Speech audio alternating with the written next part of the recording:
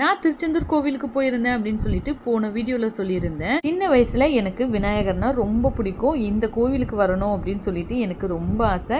இப்போ தான் வாய்ப்பு கிடைச்சிருக்கு. திருச்சி உச்சி பிள்ளையார் கோவிலுக்கு தான். நானும் என்னோட ஹஸ்பண்டை வந்து திருச்செந்தூர் போகலாம் அப்படின்னு சொல்லிட்டு தான் பிளான் பண்ணியிருந்தோம். காரில் போகிற வழி பார்த்தீங்கன்னா திருச்சி மதுரை அந்த வழியில் தான் போனோம்.